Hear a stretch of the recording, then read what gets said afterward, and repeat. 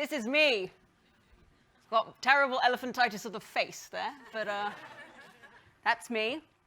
It's lovely to be in the Science Museum. I love the amount of evidence there is of extreme senses of possibility with a meticulous ability to execute, which feels like a pretty important combination. I'll give you the classic police intro. Done 10 years. Started out in Hackney. Not like Hackney is now, like Hackney was then.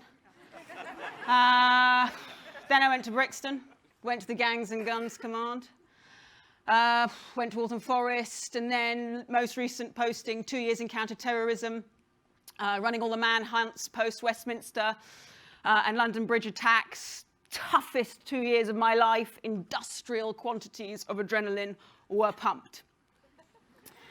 It's a bit like The Bodyguard, but with much less shagging.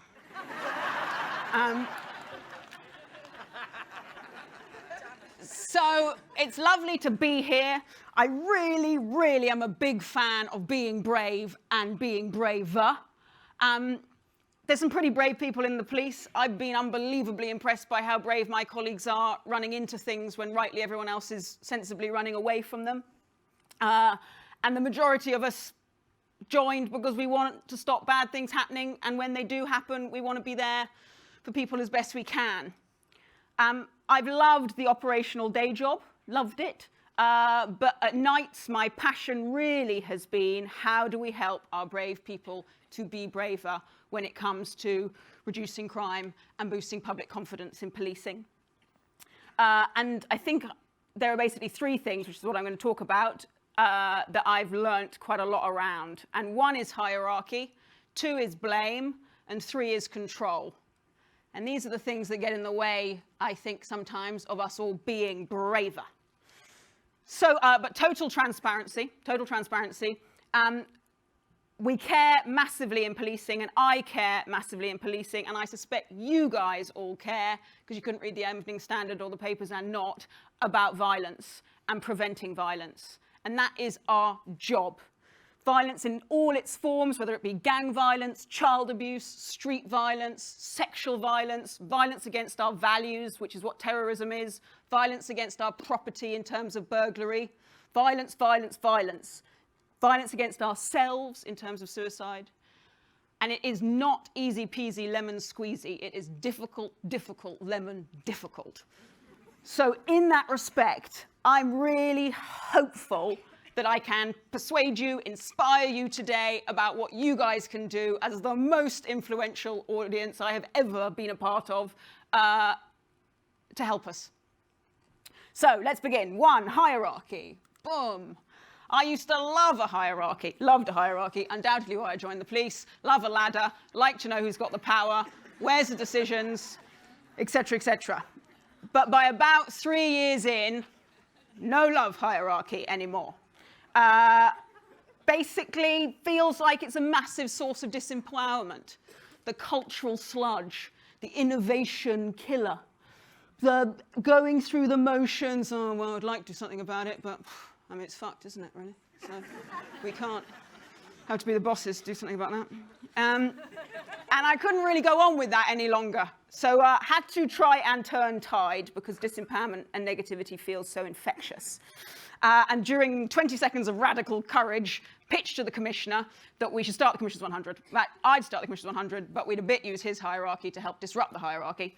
So we had 5 rules. We were basically a frontline do tank, and we roamed around the 40,000 people of the Met Police like a pirate ship, trying to make things happen. Our 5 rules were first name terms only. Big deal in a uniformed organisation. So the commissioner, who was a great man, was Bernard.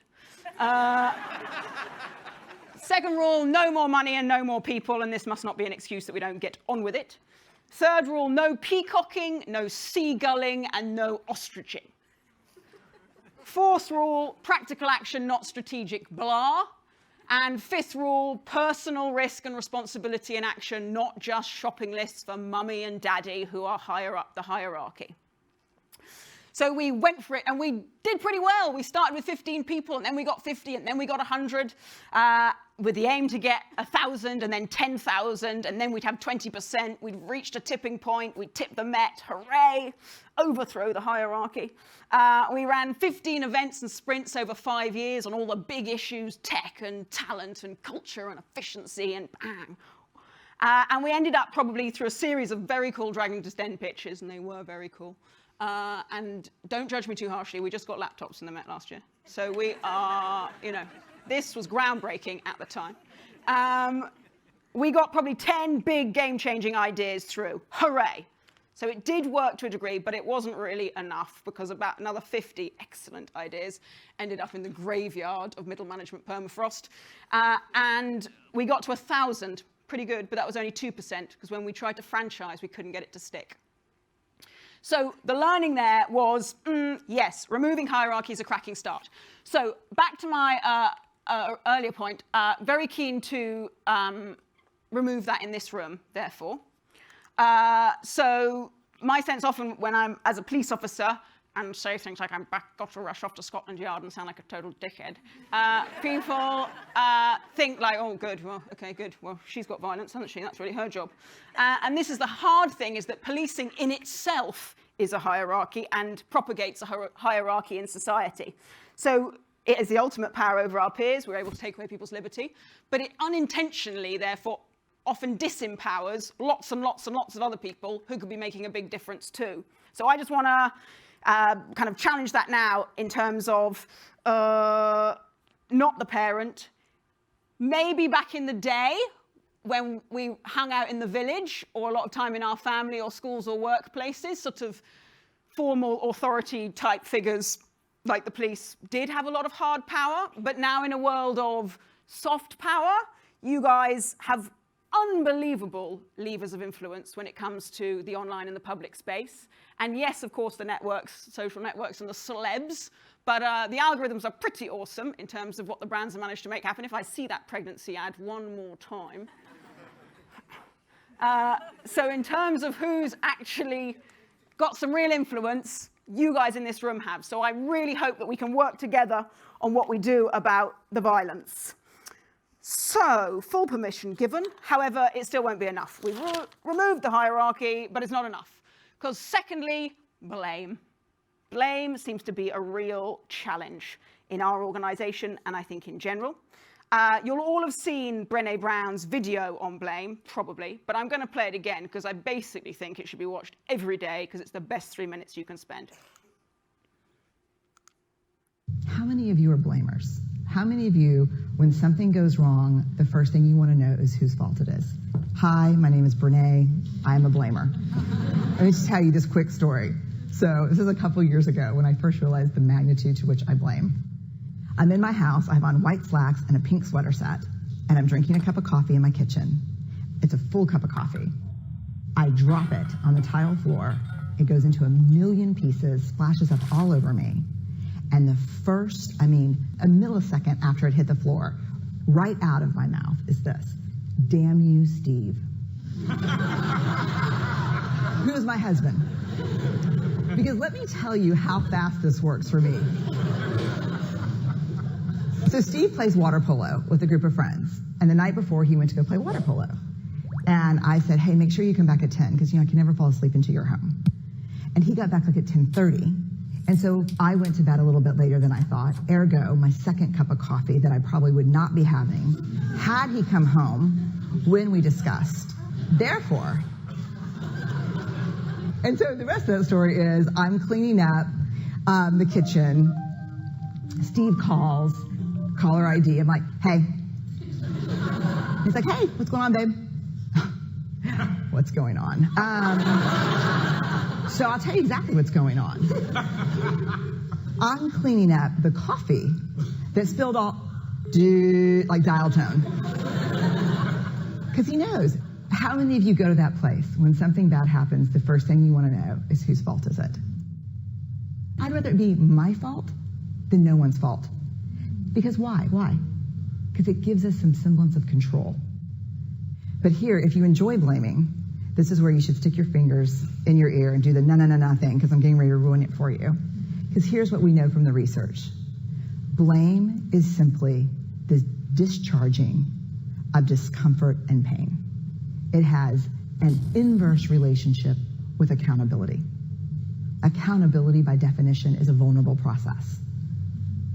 It means me calling you and saying, hey, my feelings were really hurt about this, and talking. It's not blaming. Blaming is simply a way that we discharge anger.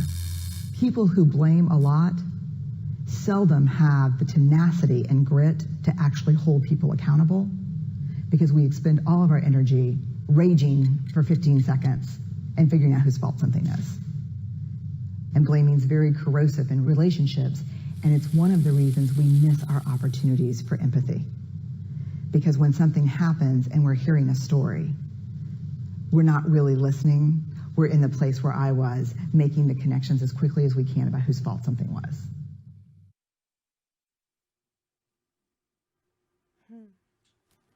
Who's a blamer? Yeah. So this is big for us because of what she says about blame being pain and discomfort leaving the body.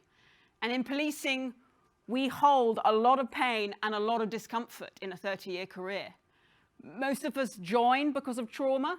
I joined because at 11, my dad dropped dead on a family holiday in front of my eyes. That's a very common experience for my peers, and we want to make it better for people.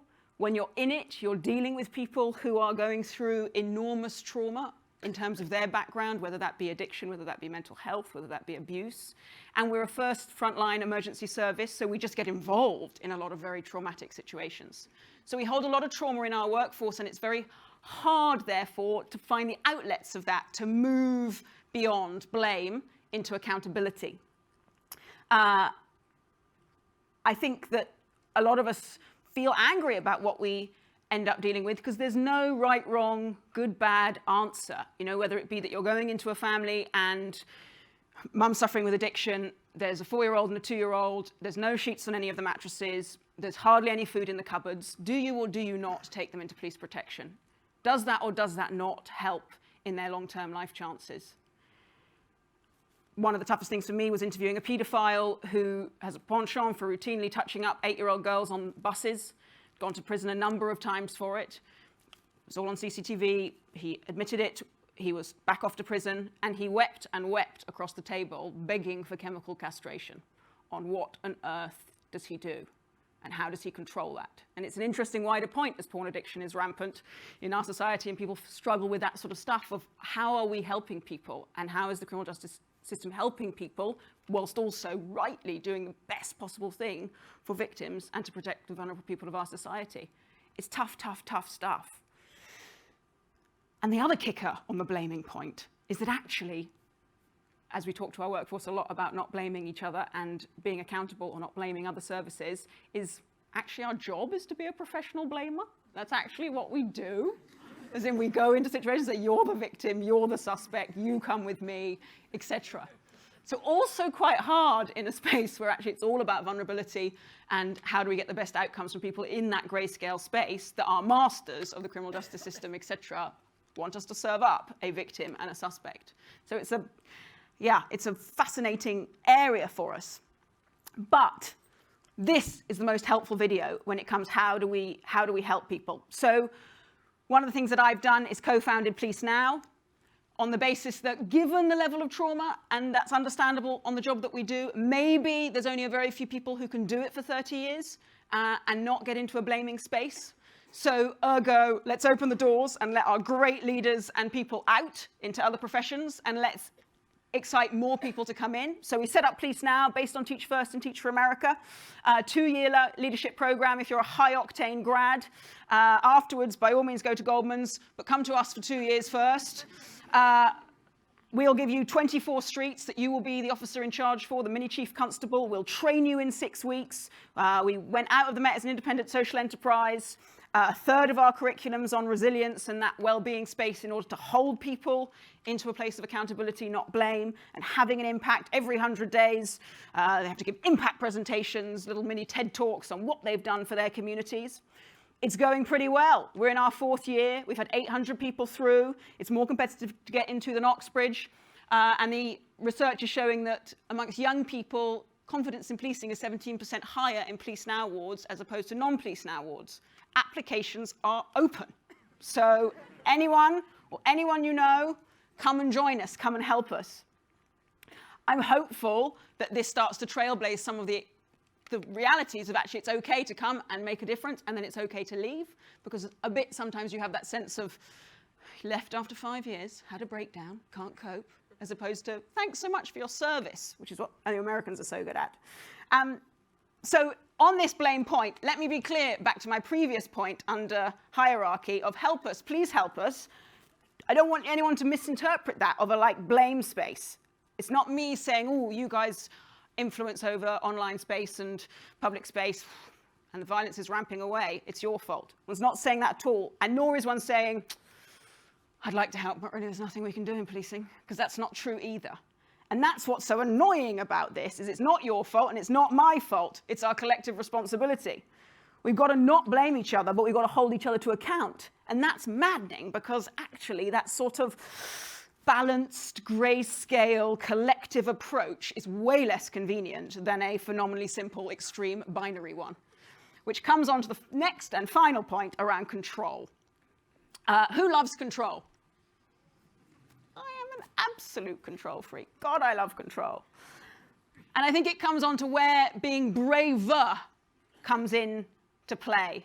So the hardest time I think it is to be braver, or that I find hard, is when it's highly likely you'll fail.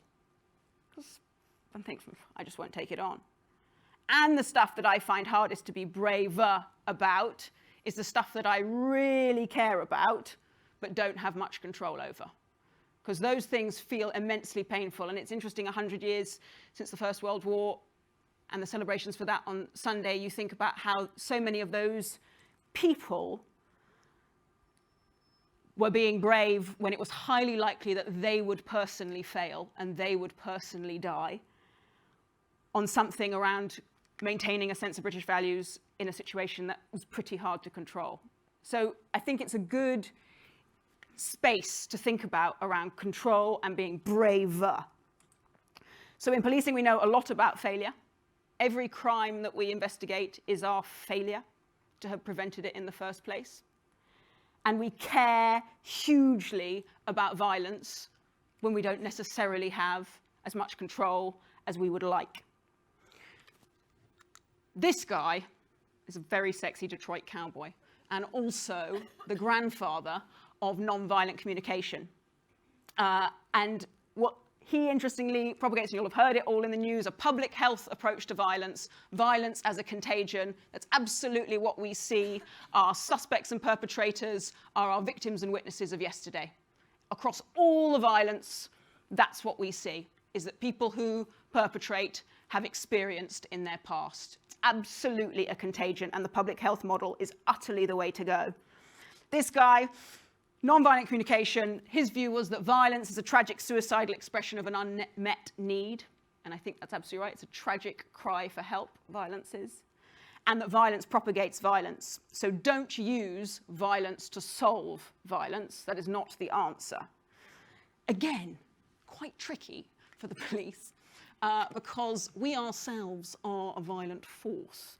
As in, to take away somebody's liberty is a use of force, and therefore another violent contagion. So quite challenging, and arguably some would argue that our attempts to control it can therefore make it worse, because it's putting more violence into the system. So what have we tried to do about that? Well, I and some mates set up Take 90 earlier in the year. So this was about, okay, let's not pretend that we control everything. Let's push this wide. Let's learn from the marketeers. Let's try and sell off the positive and show, don't tell. We got 90 organizations together to back us. We had 5 WPP ad agencies, Gray, Hills and Knowlton, Conan Wolfe, PSB, and Group M, who came together. We ran 3 100-day sprints to say, please help, what could we do? Ooh, how could we do this? The creative that one came up with in the campaign was around Take 90, based on the science, the museum would approve, that it only takes 90 seconds to let anger pass. targeting low-level aggression and everyday violence in society and in public spaces and online. So trying to say, actually, on this contagion approach, everything that we can do to reduce the amount of contagion in society is a great, great thing. So let's start here. Let's get way more role modeling of how you manage difference in a fast-paced world. So we all know what it feels like to be in our lizard brain, and certainly my sister can provoke me like nobody else to get into my lizard brain.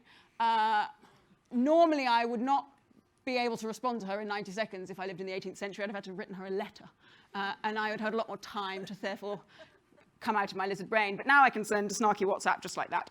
So this point of as society and London and Britain gets more and more diverse, we have to navigate more and more difference, and we're asked to respond within 90 seconds. If we don't improve our emotional literacy, we're in real trouble. And what we'll see is, part of what we do see, a whole load of snarky role modeling of violent language, aggressive behavior, et cetera, et cetera. So it's not like, oh, it's a problem over there where so-and-so stabbing so-and-so. It's actually a problem like right here in our managing our own responses to stress and overwhelm, et cetera.